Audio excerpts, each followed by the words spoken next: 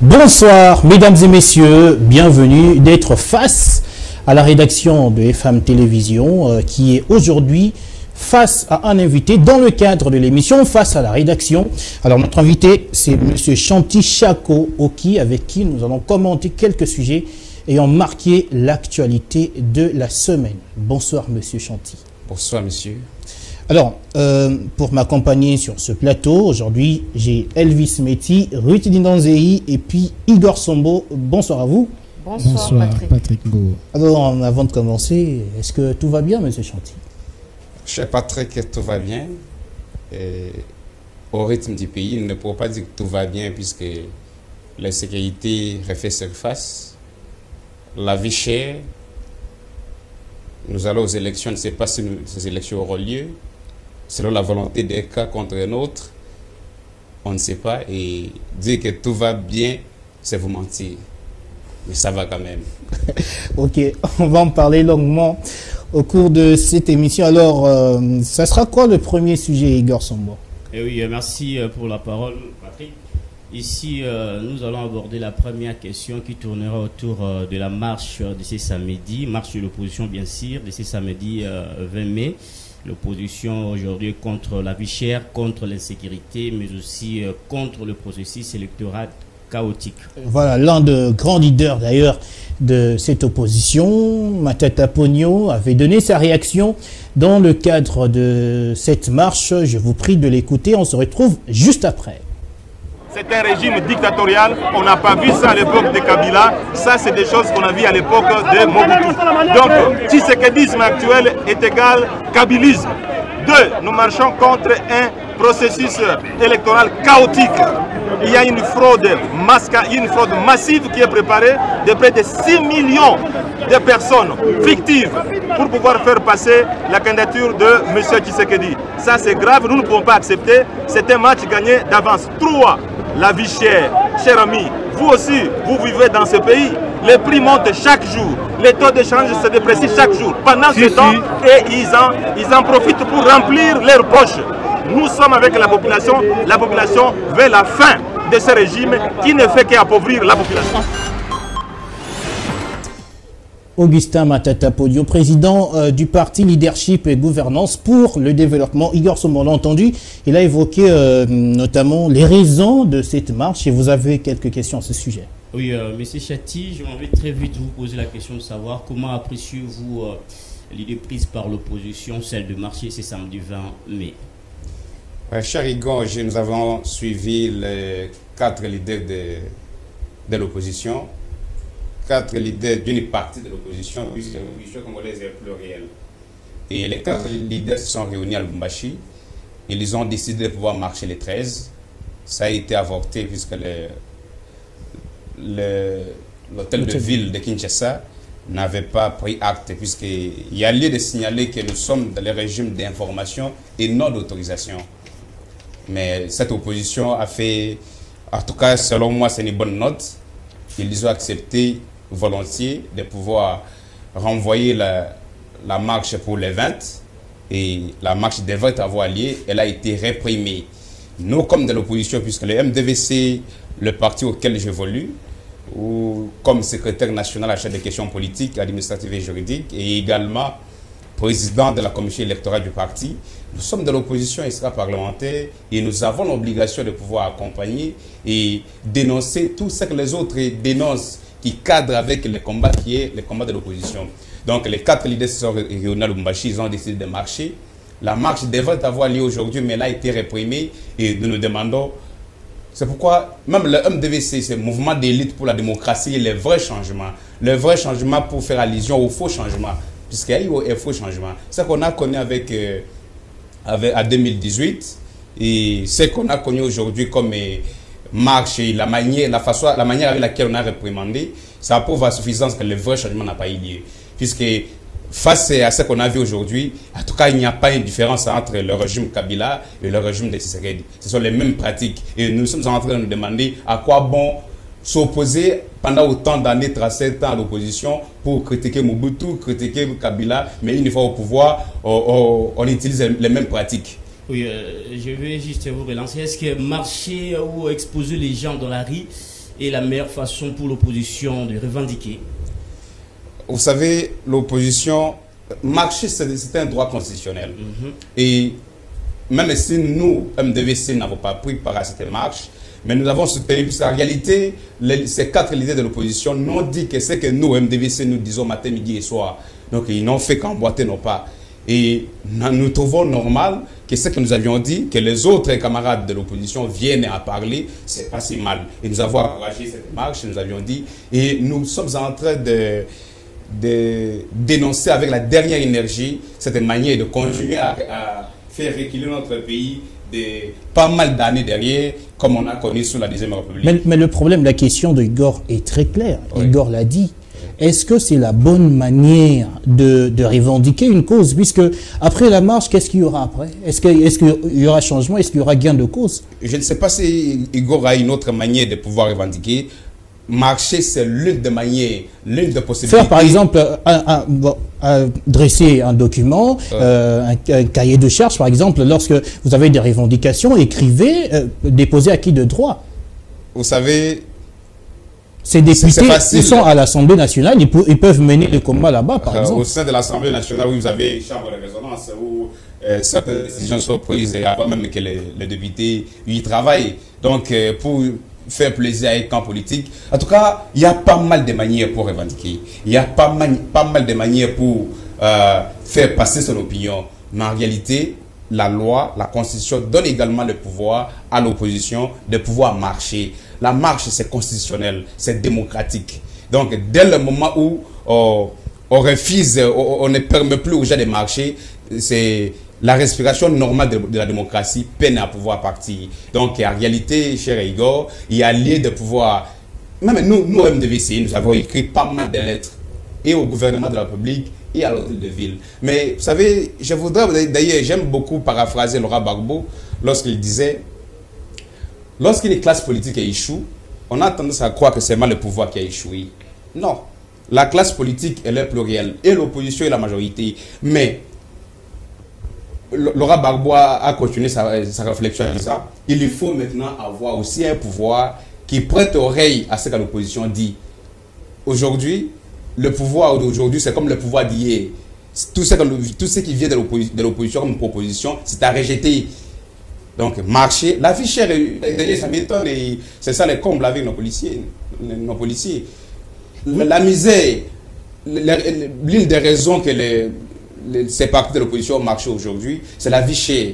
La vie chère, lorsqu'on paye quelqu'un à francs ou en dollars, peut-être il faut être député ou ministre, peut-être travailler dans un organisme international pour être payé en dollars américains. Mais nous qui sommes des Congolais, nous sommes dans beaucoup de cas payés à francs congolais, qu'est-ce que des policiers. Et les prix des denrées alimentaires au niveau du marché, ce n'est pas que ma femme va aller acheter puisque je suis acteur politique de l'opposition qu'on doit augmenter ou diminuer. Et quand il s'agit d'un policier, on va diminuer les coûts. Donc, lorsqu'on parle de la vie chère, ça concerne tout le monde. Et à l'opposition, on vise l'intérêt général, pas seulement de l'opposition. J'ai aimé la vidéo que vous avez fait passer ici de M. Augustin Matata, qui hier était au pouvoir. Et d'ailleurs, je me pose mille et une questions lorsqu'il dit on n'a pas vu ça même sous Kabila. Donc il reconnaît d'une certaine manière que sous Kabila également il y a des pratiques qui se faisaient et qui n'étaient pas normales.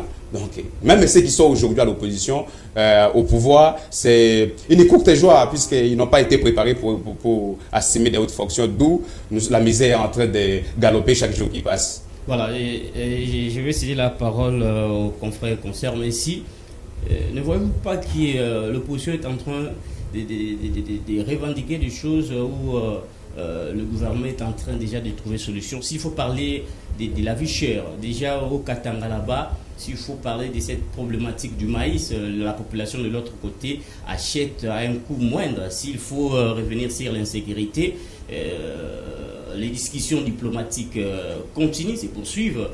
D'ici là, la SADC sera présente à Kinshasa et du côté du processus électoral chaotique, mais il faut avoir un cœur pour comprendre certaines choses réalisées par la CENI. Aujourd'hui, la CENI fait son mieux pour respecter le calendrier électoral. Oui, cher compatriote Igor, vous avez parlé, je ramasse à vol d'oiseau pratiquement 3 questions. Je commence par la première. le gouvernement est en train de répondre aux préoccupations de la population. Peut-être au Katanga, il y a une baisse des prix de farine de maïs. En tout cas, je vous dis, gouverner, c'est prévoir. J'ai suivi autrefois dans un point de presse le ministre de l'économie, le vice-premier ministre en charge de l'économie, dire que non, le gouvernement Samadé n'a pas hérité, nous avons hérité ces problèmes. Gouverner, c'est prévoir. Et il y a aussi la continuité de l'État. Si le gouvernement Sama 1 n'avait pas fait mieux, vous arrivez, il faut faire mieux. Et le problème, c'est... Ça a commencé. Ça a commencé comment? Après 25 kilos de sac de farine, c'était à 100 000 francs. Aujourd'hui, on le paye à 55 000 francs au Katanga, alors que le gouvernement Sama 2 n'a fait que pratiquement un mois. Cher Patrick, c'est après avoir humilié la République pour négocier quelques... Mais pourquoi ne pas accepter pour négocier, vous plaît. Ça a commencé quelque part, il faut l'accepter. Pour avoir quelques sacs de maïs, il faut humilier la République, il faut une délégation de 4 ministres qui doivent sillonner les pays africains qui n'ont pas de terre comme nous. Je prends l'exemple de la Zambie. La Zambie, même les Katanga peuvent produire plus que la Zambie. Mais ils sont organisés, ils produisent au moment où nous faisons des voyages. Lorsque je faisais mon master, j'étais avec un professeur israélien qui me dit « Monsieur, je suis arrivé ici, j'ai vu le fleuve Congo, je suis fier de vous et je me demande de vous, on nous trompait, c'est l'Israélien qui me dit, on nous trompait que Israël c'est la terre promise. Mais moi je me suis rendu compte que la RDC est la terre promise. Pourquoi? Le fait de voir le fleuve, le cours d'eau que vous avez ici, il y en a beaucoup. Mais en Israël par exemple, à part le Jourdain c'est comme la rivière Njili, mais on l'appelle là-bas fleuve. Il y a des lacs, mais la grande partie d'Israël c'est le désert. Mais dans ce désert-là, ils arrivent à cultiver. Et vous arrivez au supermarché de Kinshasa ici et consort, vous trouvez le fruit qui vous vient d'Israël. Ils n'ont rien, ils ont des déserts, mais ils produisent. Nous qui avons tout ici, où nous pouvons s'aimer, cultiver et nourrir même toute l'Afrique, mais nous préférons apporter de l'extérieur. Au lieu d'avoir des projets, bon, peut-être sous le régime passé, Kabila avait 5 chantiers et consort, il y avait Bukangalozo qu'on a accusé, Matata Pogno qui vient de passer ici, de pouvoir mal gérer. Mais lorsqu'ils sont arrivés, qu'est-ce qu'ils ont fait pour Bukangalozo? Quel projet ils ont apporté? Vous voyez des grandes questions que nous devons nous poser au lieu de pouvoir peut-être prioriser les sauts de moutons qui n'ont rien produit, les embouteillages sont là. Mais si vous n'avez pas suivi qu'il y a des projets sur l'agriculture. On a lancé un appel d'offres notamment aux producteurs locaux. On va se baser sur eux. Pourquoi ne pas accepter lorsque quelque chose est fait, un pas est posé par exemple, hein? Accepter quand même. Et je peux encore dire quelque chose en attendant la production locale à grande échelle. Il faut accepter aujourd'hui cette importation pour Vitel Kamerhe. Il s'agit d'une option des responsabilités pour sauver la population congolaise. C'est une humiliation pour la République. Lorsqu'il faut aller en Afrique du Sud, il faut négocier pour que ces sacs de farine passent par la Zambie. Et ça nous pose problème, ça nous humilie. En réalité, qu'est-ce qu'il devrait faire? Il faut laisser la population affamée pour attendre récolter après plusieurs mois. J'ai tout dit sauf ça. J'étais en train de dire ceci, cher Patrick, qu'il fallait, au lieu de projets comme ceux de moto, des projets 100 jours qui n'ont rien produit, on a seulement innocenté déjà et on les a cassés quelque part, mais ces projets-là n'ont rien produit. C'est au départ du mandat, on avait eu le temps de pouvoir initier des projets, on devait avoir beaucoup de farine, des sacs de farine aujourd'hui, on allait faire face au problème de la famille. Voilà. Igor a parlé d'autres questions, le problème c'est le temps, Alors, on reste dans le contexte de la marche, en tout cas. On a suivi tout de suite Elvis, on a suivi Matata Pogno qui se plaignait du fait que la marche n'a pas pu se poursuivre en raison notamment de la répression, et c'est ce qui se trouve sur votre feuille, hein, des questions sur la répression. Exactement, Patrick. Nécessairement, et bien sûr qu'il y a quelques questions concernant la répression, bien sûr, de cette marche, que je vais aller directement poser la question à l'invité, M. Chanty Chako. Ouais. Aujourd'hui, il y a eu la marche, mais a été réprimée par la police. Est-ce qu'il n'y a pas lieu de donner tort à l'opposition qui n'a pas nécessairement respecté l'itinéraire qu'ils ont emprunté? En tout cas, je n'ai pas été lorsqu'ils ont discuté avec l'hôtel de ville, mais j'ai eu la chance de discuter plusieurs fois avec l'hôtel de ville et les mêmes pratiques reviennent. L'opposition avait communiqué depuis longtemps. Leur marche allait avoir lieu le 13. Lorsqu'ils ont demandé à l'opposition de marcher, de programmer ça pour des raisons de sécurité à une autre date, ils avaient l'itinéraire. comment expliquer, on autorise, j'ai dit tantôt ici que les mêmes pratiques reviennent. Sous Kabila, les PPRD, on autorisait des marches des PPRD et de l'IDPS et de l'opposition. Tantôt, les autres sont en train de marcher à côté, les autres sont en train de jouer au football à côté. Ça, c'était jouer avec les gens. Et aujourd'hui, Ngobilaïs et sa bande sont revenus avec la même situation.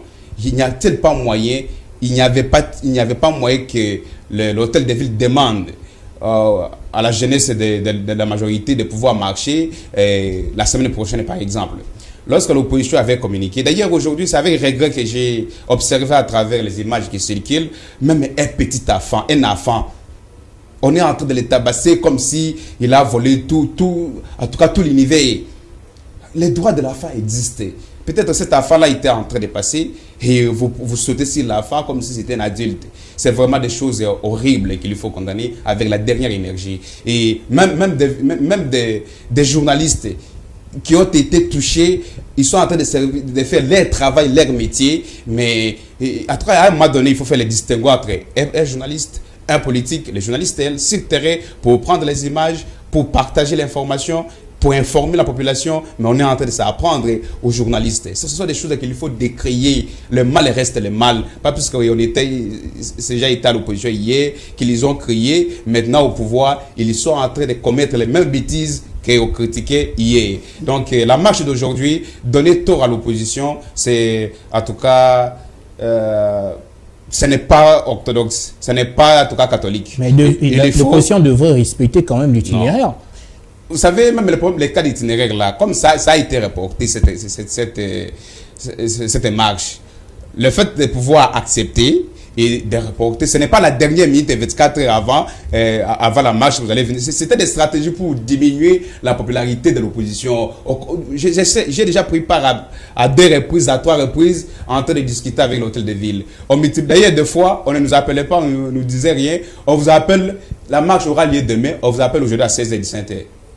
Mais pourquoi changer d'itinéraire? Cela ne semblerait pas être une provocation. Changer d'itinéraire aussi, par exemple, pour l'opposition, ils ont déjà communiqué. Puisqu'il y a des réunions qui se tiennent au sein des formations politiques. Non, les fédéraux, par exemple, vont aller communiquer à leur base. Nous allons marcher, nous allons réunir dans telle place. Vous venez prendre la décision à 18h-19h. Vous savez que ce n'est pas si facile, une ville comme Kinshasa, d'atteindre tous les coins de Kinshasa. La réunion s'est tenue jeudi. À l'hôtel de ville, ils avaient encore du temps pour aller communiquer. Vous savez, on ne peut pas céder à tout ce que l'hôtel de ville dit. Je le dis ici, que c'est le régime d'information. Quel a été le problème s'il marchait? Parce que l'opposition a marché à plusieurs reprises, de Super Lemba jusqu'au niveau de Victoire ou ailleurs. Pour éviter des altercations. Quel problème allait se poser? Puisque les autres sont venus solliciter après.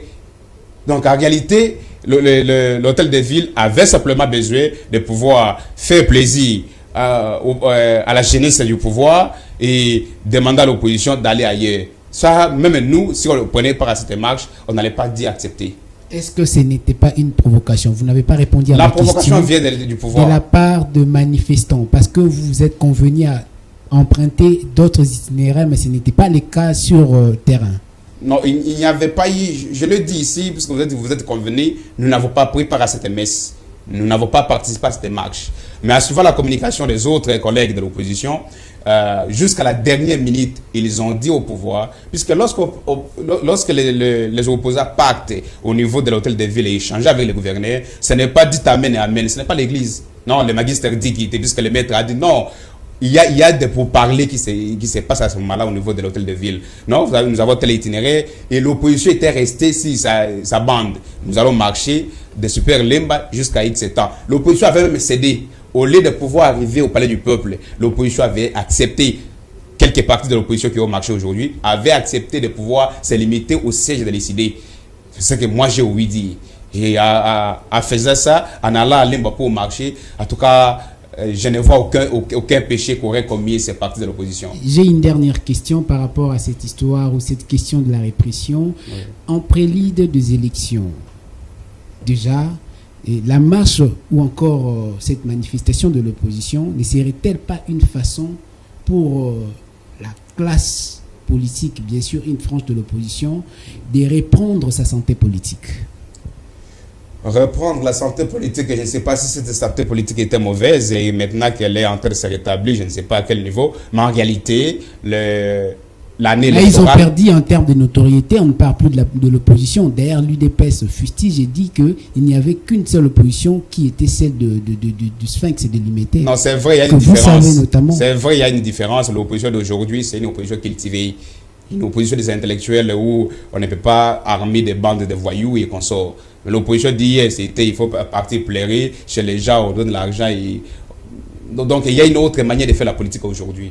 C'est vrai que même ceux qui étaient au pouvoir hier, même récemment ici, Katumbi, d'ailleurs j'ai suivi Katumbi dire que non, je peux accepter que ces pratiques viennent de n'importe qui, mais pas de Félix.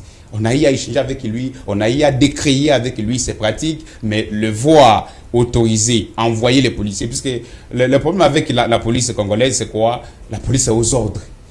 En réalité, les ordres mal donnés, on ne les exécute pas. Vous arrivez aujourd'hui, puisque le pouvoir, les élections, mais pendant l'année électorale, puisque vous avez parlé de la santé politique des opposants. Oui. En réalité, l'année électorale demande des préalables, puisque nous allons aux élections. Vous allez partir, vous allez prendre part à un match où l'arbitre, c'est le 12e joueur de l'équipe adverse. Non. L'opposition a le droit de marcher, a le droit de décrier ce qui ne va pas. Donc, en dehors de cette marche qui a été réprimée aujourd'hui, et peut-être vous êtes arrêté, je vous passe l'information, les opposants qui ont marché viennent de faire les points de presse. Ils ont dit, le jeudi, il faut faire un sit-in devant la CENI. Ça va poser également un problème. L'hôtel de ville, on va vous dire que non, les sièges de la CENI est inviolable. Mais ces gens disent, un sit-in, ce n'est pas la violence. Ça c'est le début des commencements. Et nous, au MDVC, on est en train de réfléchir. Et il y a des contacts qui sont dans ce sens-là pour voir que non, nous devons prendre part aux élections, mais pas des élections que vous, tout en allant, vous êtes ici que non, nous allons perdre ces élections puisque le 12e juin, l'arbitre qui est là... Malgré que vous excluez de la démarche, croyez-vous que cet objectif opérationnel est atteint par rapport à l'objectif de la marche?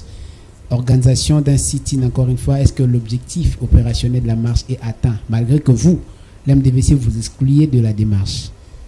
Le MDVC encourage la démarche, mais le MDVC n'a pas pris part, puisque nous n'avons pas été invités lorsque la décision a été prise au niveau de Lubumbashi. Le MDVC, c'était parti ce n'est pas un parti mallette. Pour manque de billets d'avion ou pourquoi? Non. Vous savez, pour prendre part, lorsqu'on ne vous invite pas, on ne veut pas vous faire inviter.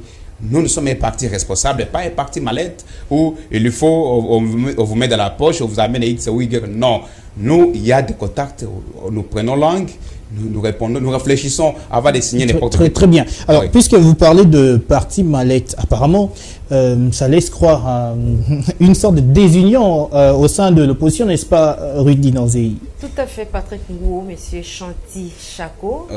Vous venez de vanter le fonctionnement de l'opposition congolaise. Vous avez dit que vous faites l'opposition cultivée. Et à l'introduction de vos mots, vous avez parlé de la pluralité au sein de l'opposition. Vous évoluez en dissuasion, chacun dans son coin. Vous ne pensez pas que vous perdez en termes de crédibilité? Vous savez, madame, en 2018, personne ne pensait que Katumbi, Kamere, Fayoulou, et on aurait un candidat Fayoulou. À cette époque-là également, l'opposition allait à notre disperser. Mais vers la dernière minute, bien qu'il y ait eu trahison et consort, mais ils ont réussi à se mettre ensemble. Non. Même au sein de l'opposition actuelle. Vous êtes de l'opposition, mais vous n'avez pas été invité à la manifestation d'aujourd'hui, par exemple. Ne pensez-vous pas que vous évoluez en ordre dispersé, s'il faut le dire? Vous savez, les 4 leaders de l'opposition de Lubumbashi se sont réunis à Lubumbashi. Une fraction de l'opposition. Oui, ils se sont réunis à Lubumbashi. Et ils ont lancé un appel à quiconque. Et la marche d'aujourd'hui, pour les raisons qui ont poussé ces partis de l'opposition d'être dans la rue, et ce sont des raisons évidentes. Et ça ne demande même pas qu'il faut être de l'opposition pour ne pas marcher. Les citoyens lambda devraient marcher.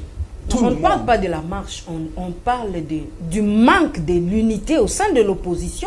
C'est ce qui a fait que d'autres leaders soient écartés dans la démarche d'aujourd'hui. Les devoirs de réserve ne me permettent pas de pouvoir vous dire que les contacts sont en cours et nous parlons entre nous, opposition. Mais l'opposition que vous venez de critiquer était unie à l'époque. Vous vous êtes désunis. Je vous dis, madame, l'opposition était unie à quel moment?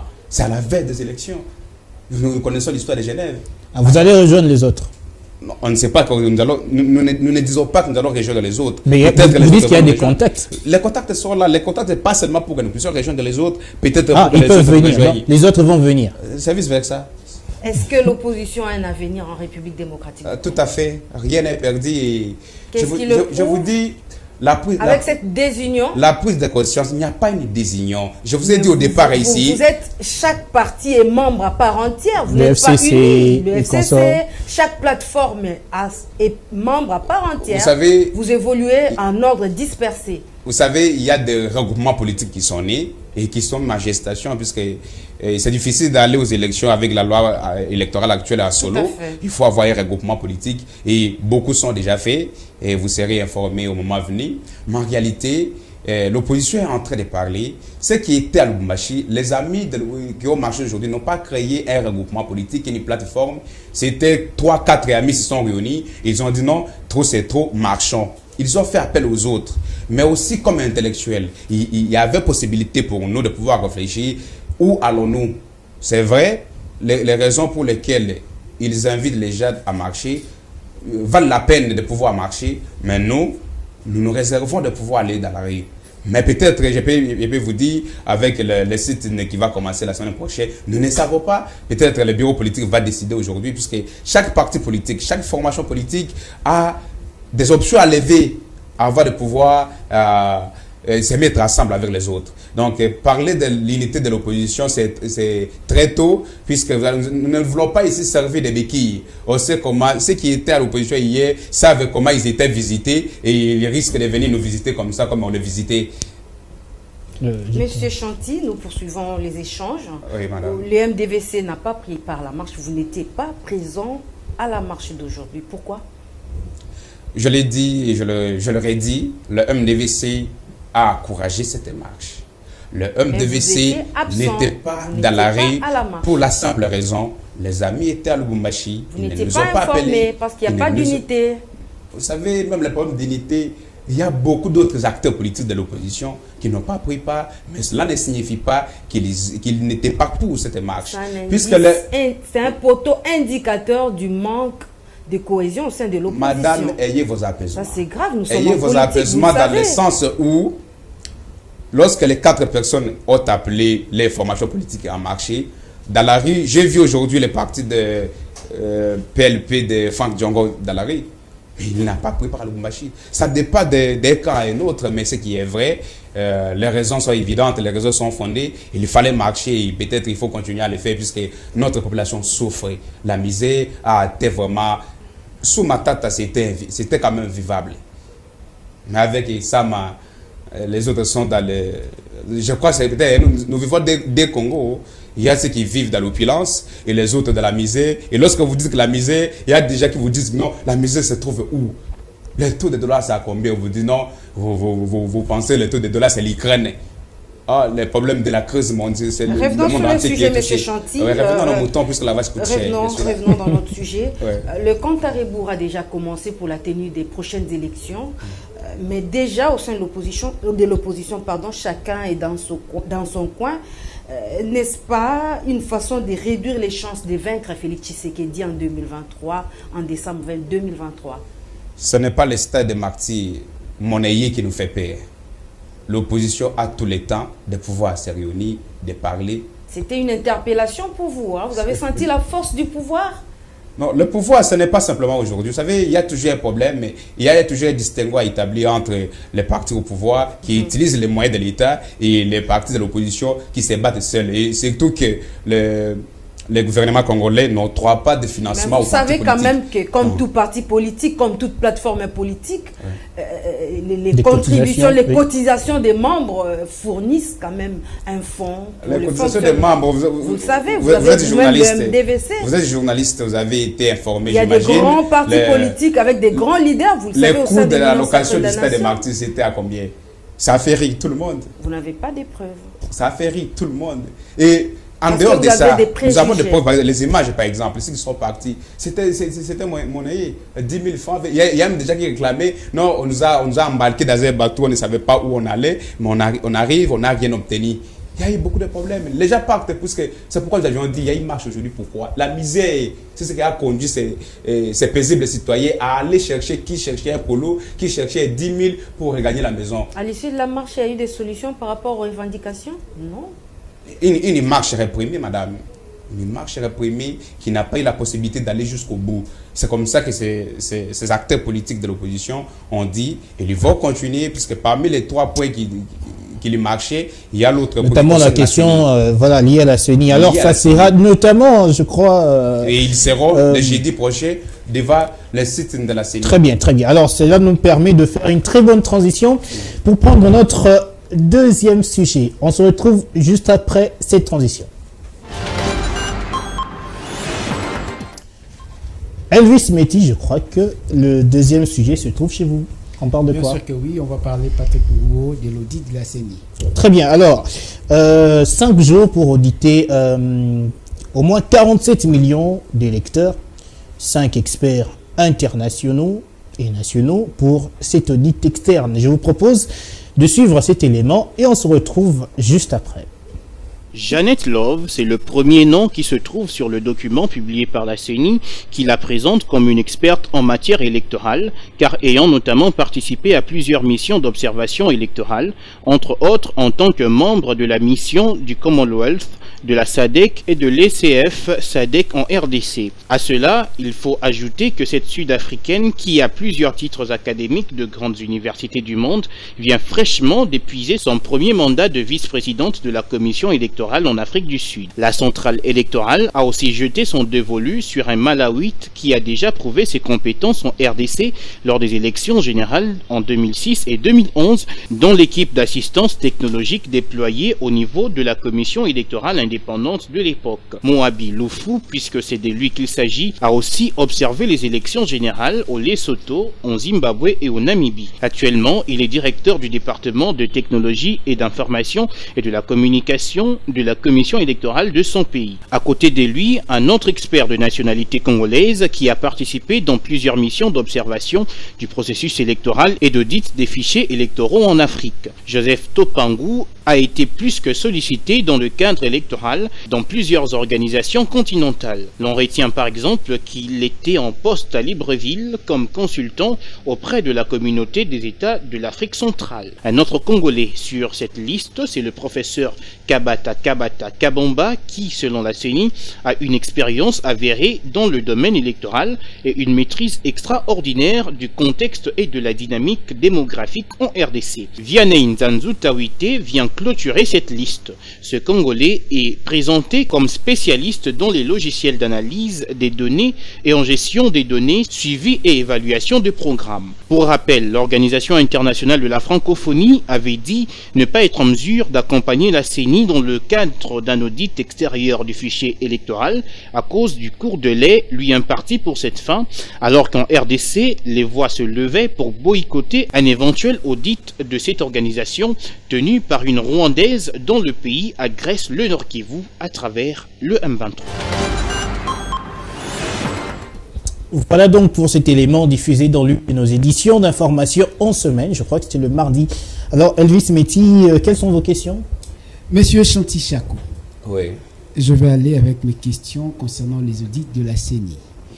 Il est vrai que les audits du fichier électoral en RDC pour les élections est crucial. Mais est-ce que cela vous inspire confiance avec l'organisation du processus électoral de la CENI? Oui, cher journaliste Elvis, c'est peut-être ce qui fonde le site privé le jeudi prochain par une partie de l'opposition devant la CENI, puisque au MDVC, nous nous interrogeons si réellement nous n'allons pas vers la démocratie à l'africaine bis. Parmi les experts internationaux qu'on nous a cités ici, il y a que les Africains qui ont acquis une certaine expérience d'avoir observé, supervisé les élections au Zimbabwe. Vous savez comment s'est passé les élections au Zimbabwe? Sous Mugabe là, plusieurs fois, il n'y a que lui, le candidat unique, et comment il gagnait 9% de voix. Ce sont des exemples pour nous. Et l'OIF, qui est une institution internationale, des renommées vous dit, je ne serai pas à mesure. Mais ces 5 experts internationaux à l'africaine seront à mesure de pouvoir auditer pendant 5 jours. L'OIF avait dit, les jours qu'on me propose ne vont pas me permettre de pouvoir faire un travail sérieux. Et le manque de confiance est d'abord au niveau interne. Au niveau externe, maintenant, ça s'installe déjà. Cette CENI pose problème. Et pour aller plus loin, la CENCO et les protestants, les CC, ont proposé même d'organiser un dialogue entre les partis politiques, les parties prenantes et d'autres groupes d'experts. Parce que la question des élections, c'est une question qui doit mettre tout le monde d'accord. Chercher quand même un compromis pour, en tout cas, essayer de diminuer les doutes. Aller aux élections avec ce fichier électoral audité par ces conglomérats d'amis, parce que lorsqu'on choisit quelques pays africains, c'est vrai que la CENI a les contactés et qu'on sort. Quel appel d'offres a été demandé? Oui, il y a eu appel d'offres. Samedi passé, donc la CENI s'est retrouvée avec plus de 200 noms. On a trié, puis on est resté avec 5. C'est facile d'appeler ça appel d'offres et consomme. On sait comment les histoires. C'est pourquoi j'ai dit, je ne voudrais pas faire appel à cette célèbre phrase de Laura Fabius, le ministre des Affaires étrangères français, qui disait la démocratie à l'africaine. Comme on a été habitué à cette démocratie à l'Afrique en 2018, on voudrait refaire la situation à 2023. Non, il y a l'aide de nous éviter ça. Créons la confiance entre nous. Les autres pays sont en train d'avancer. Qu'est-ce qui se passe chez nous? Si hier, le fichier électoral, l'IDP se faisait chaque jeudi à la CENI pour chercher la crédibilité, pour chercher la confiance. Mais aujourd'hui, d'autres compatriotes des autres formations politiques demandent la même chose, qu'il y ait un peu de confiance entre nous. D'abord, la mise à plat de la CENI a posé problème. Et le processus même va continuer à poser problème.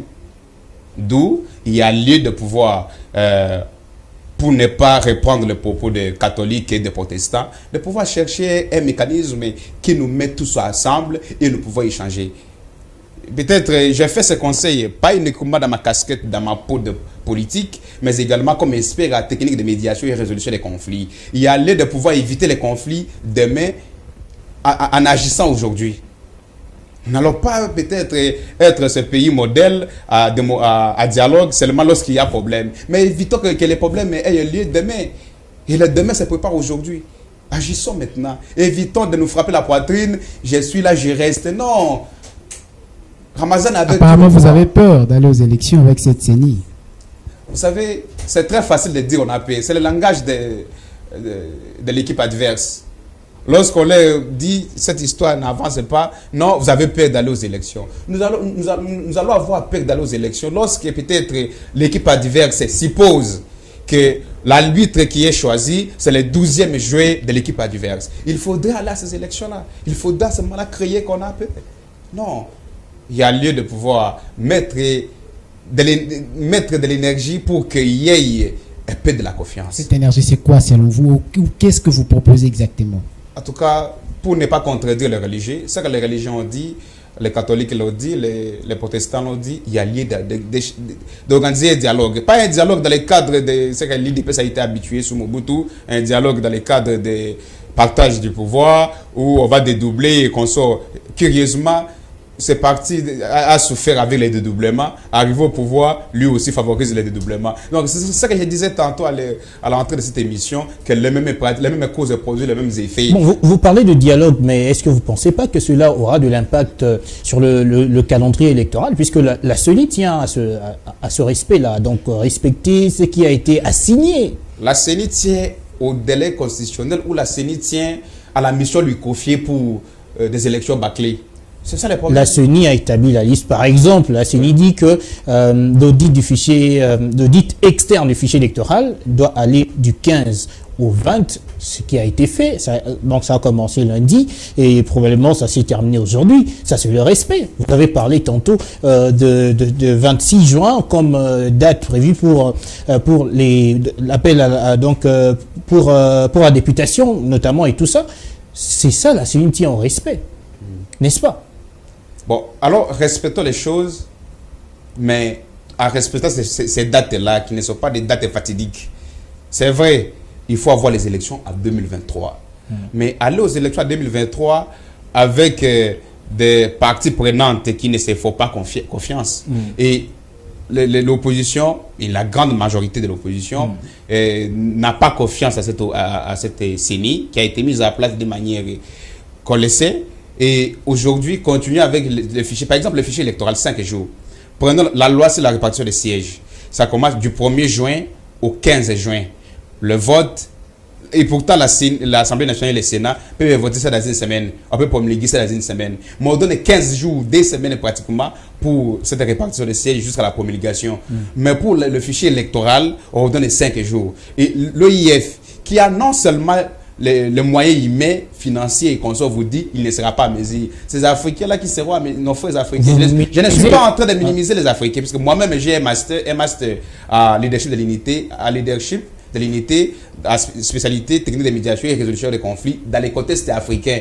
Donc je ne suis pas en train de minimiser les Africains, mais je suis en train de décrier qu'on vienne nous manquer du respect demain en disant la démocratie à l'africaine. Évitons, faisons les choses proprement pour que les autres ne viennent pas nous interpeller. Oui, bon, je crois qu'on va passer, je passe la dernière question à Edvis. Avant, mais j'ai une question. Vous parlez de voilà, vous êtes en train de promouvoir, j'y arrive, le dialogue, mais au cas où le dialogue se tenait, donc vous pouvez soutenir que ce dialogue puisse nous amener à un léger glissement, par exemple. Non, nous devons dépasser les... En tout cas, il y a des choses à envoyer aux oubliettes. Le glissement. On imite que ce qui est bon. Si ailleurs, nous parlons France et Amérique comme des vieilles... Ce dialogue va bousculer le programme de la CENI. Donc, j'en arrive. Accepter qu'il y ait glissement. J'en arrive, cher Patrick. Voilà. Est-ce qu'il n'y a peut-être pas moyen d'arriver? J'ai vu quelque part là, dans un pays du monde, arriver, faire mandat, vous n'avez pas été à mesure d'organiser les élections. La République vous remercie. Vous partez, le point du Sénat organise les élections. Donc, lorsqu'on met dans la tête des Congolais, puisqu'il y a eu la jurisprudence de la Kabylie, que non, ça peut arriver au moment de la fin mandat, on n'a pas eu à organiser les élections, le président reste en fonction. Non, nous pouvons révolutionner les choses et décourager ces pratiques. Puisque si on continue avec ces pratiques, l'autre qui va également venir va chercher à profiter et ce n'est pas bon. Très bien. Il faut révolutionner les choses.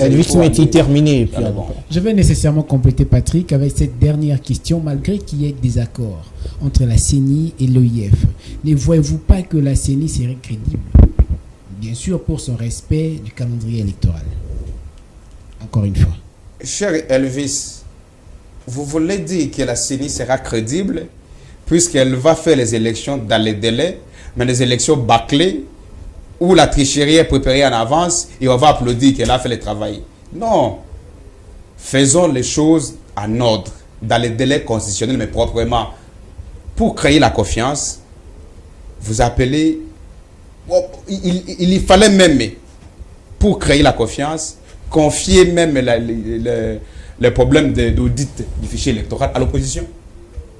Mais vous n'observez pas depuis la publication et la promulgation de ces calendriers électoraux, il y a quand même le respect par rapport à ce que doit faire la CENI en répondant ou encore en réponse avec les différentes dates des actions. C'est l'homme qui fait la loi.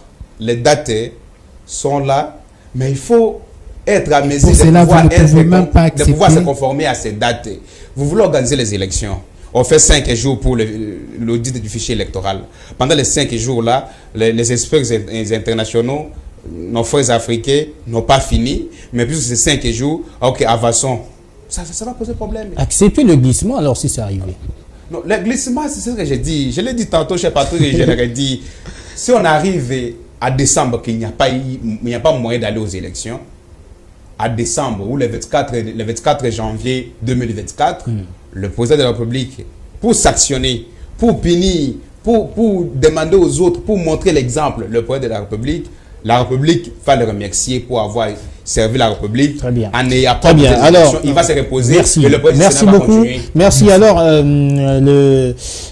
tout n'a pas démarré avec l'audit. Hein. Il y avait le processus électoral a commencé depuis très longtemps, Igor. Alors, parlons justement du déroulement du processus. M. Chatia a beaucoup plus parlé du processus électoral, mais j'avais une question de vous poser, question de savoir comment jugez-vous le déroulement du processus électoral je reviens rapidement. Comment jugez-vous le processus, le déroulement du processus électoral en RDC, surtout après plusieurs étapes déjà consommées, telles que l'identification et l'enrôlement des électeurs, le nettoyage du fichier électoral. Aujourd'hui, nous parlons des audits, de l'audit qui vient de se terminer, bien sûr, aujourd'hui. Chers compatriotes et chers journalistes, il y a un problème sérieux. Notre pays a beaucoup d'efforts à fournir pour que nous puissions aller de l'avant. Moi-même, j'ai eu la chance de visiter le Congo profond pour aller me faire enrôler et puis sensibiliser les miens afin qu'ils s'enrôlent également massivement. Mais il se passe beaucoup de problèmes. Avec les machines ici, il y a des gens qui se retrouvent avec ces machines à la maison. Il y a une personne, on nous disait que non, avec la pointe, avec le risque et consorts, il y a possible. Il y a des personnes qui ont 2, 3, 4, 5, 4, 10 cartes. Lorsqu'il y a un audit sérieux, on aurait dit, espérer qu'on pourrait alléguer ou nettoyer ces doublons et consorts. Il y a même des gens qui vous vendent des cartes. Moi, j'ai 1000 cartes. Je sais de quoi je parle. Je suis acteur politique et je suis allé à la province me faire enrôler, sensibiliser ma base. Il y a beaucoup de choses qui se sont passées. Et hier, avec Nanga, avec Manouma, peut-être c'était mieux. Et la qualité même de ces cartes. J'ai un jeune frère qui, si vous donnez sa carte aujourd'hui, vous ne saurez pas lire. Non, vous vous appelez comment? Elvis Mouti. Non, vous ne verrez plus les noms.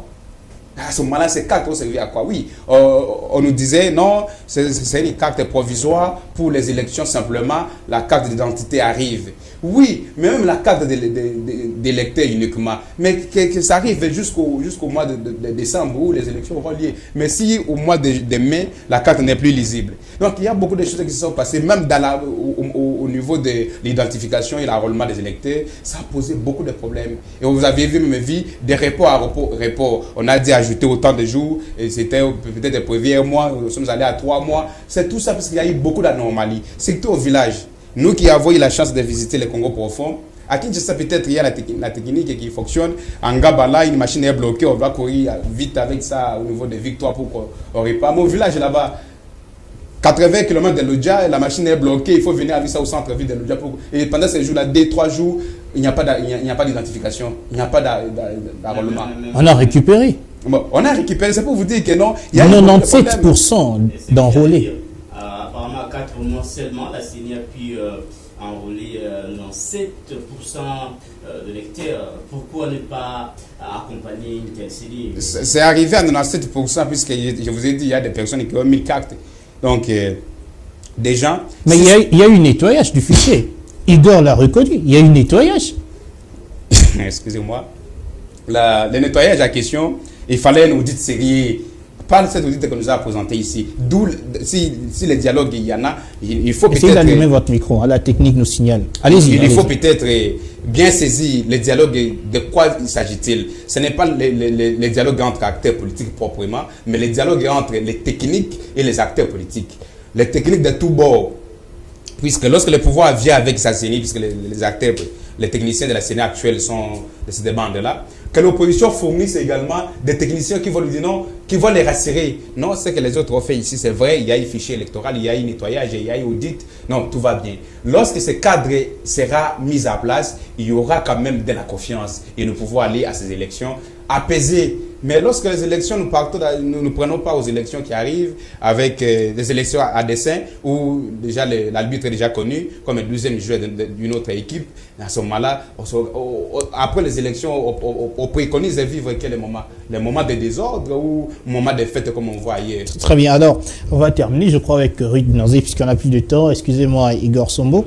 Alors, nous sommes pendant la période électorale, vous savez, nous recevons justement le secrétaire national en charge des questions politiques du mouvement de lutte pour la démocratie et le vrai changement. On a quand même le droit de savoir comment il se prépare. Tout à fait, Patrick. Monsieur Chanty Chako, vous êtes cadre au MDVC. Est-ce que vous vous préparez en conséquence pour participer à la bataille électorale qui s'annonce très rude, hein? Tout à fait. Le MDVC, c'est un parti qui est né après les élections chaotiques de 2018. Et lorsque nous sommes nés, l'agrément est sorti en 2019 et nous fonctionnons. Nous voulons, c'est pourquoi le vrai changement. nous sommes en train de nous préparer sérieusement et à faire la politique autrement. Ce n'est pas ceux qui ont fait carrière en politique et que non, pour être candidat, il faut minimiser les autres, il faut seulement ceux qui ont pour carrière la politique. Non, chez nous, il y a de la place pour les jeunes, il y a de la place pour les femmes. Nous disons à tout le monde, là où il est, que le meilleur parti qui vient sauver le pays, c'est le MDVC. Dans le sens où nous donnons la chance à tout le monde. Contrairement aux autres partis où on vous dira, nous on a commencé ce parti depuis 37 ans. Chez nous, ce n'est pas comme ça. Monsieur, non, puisqu'on a, s'il vous plaît, puisqu'on a été enfant de tel qu'il faut, non, au MDVC. C'est du déjà entendu. Oui, au MDVC, c'est le travail. C'est du déjà MDVC, entendu. Et la plupart des membres du gouvernement de mon parti, ce sont les jeunes. 80% ce sont les jeunes et les femmes.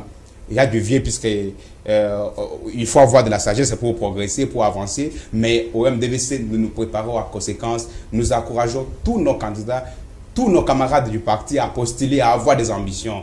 Lorsqu'on a des ambitions, on va aligner les candidats et nous sommes ici que nous allons avoir un nombre important de députés nationaux et à tous les niveaux, le MDVC aura des élus. Très bien, monsieur le cadre du MDVC, comme tout acteur politique. Vous vantez votre parti, mais qu'est-ce que vous allez apporter à la population? Vous savez, qu'on n'a jamais entendu. Oui, la vision du MDVC, c'est refonder l'État et bâtir un Congo pour tous. Et un Congo pour tous, ce n'est pas un Congo où certains sont dans l'opulence et d'autres sont dans la souffrance. Et il n'y a pas la classe moyenne qui fait l'effort de pouvoir vivre entre les deux mondes. Rudy Nové, je crois qu'on a entendu ça. Le peuple d'abord, c'est à peu près la même chose. C'est la même chose. C'est la même chose. Il faut savoir éclairer ce qu'on dit. Le peuple d'abord, c'est un slogan. Cela arrive par un simple clin d'œil. C'est la même chose. C'est un travail. C'est un travail. Des synonymes. Laissez-moi évoluer. Vous prenez mes minutes. Le peuple d'abord, c'est un slogan. Mais refonder l'État et bâtir Congo pour tous, nous nous sommes rendus compte que non, notre État pas encore aux affaires, mais vous vous vantez déjà. Non, ce n'est pas un problème de se vanter. Les problèmes sont réels. Notre État a un problème sérieux. Il faut le refonder. Il y a beaucoup de secteurs. Nous avons parlé même des sécurités que nous connaissons. Il y a certains vous diront de l'infiltration. C'est vrai. Même notre armée conçoit l'infiltration existe. D'où il faut refonder l'État pour faire face à ce genre d'histoire.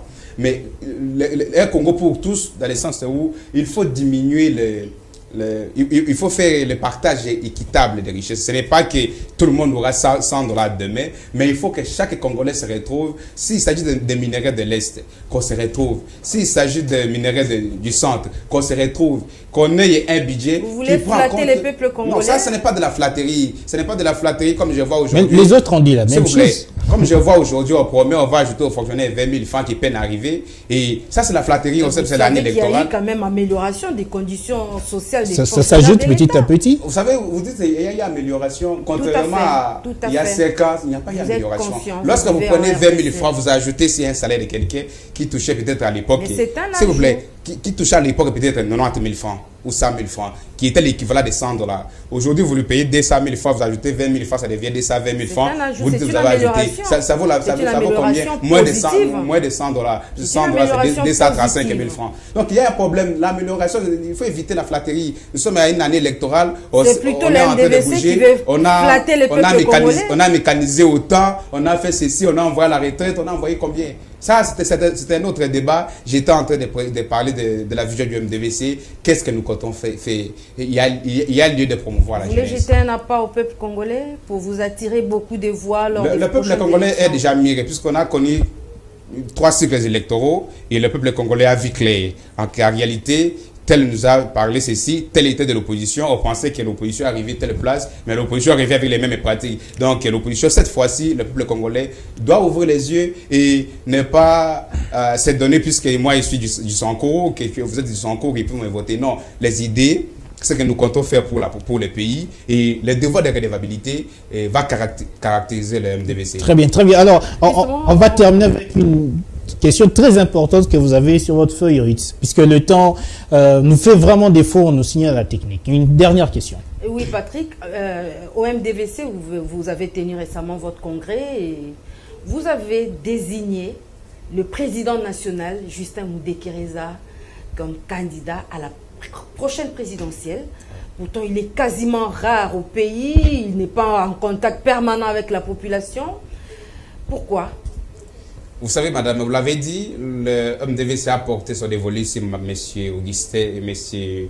Justin Moudekereza, notre président national comme candidat du parti aux échéances à venir. Être candidat, ce n'est pas l'affaire du parti, ce n'est pas l'affaire d'une personne.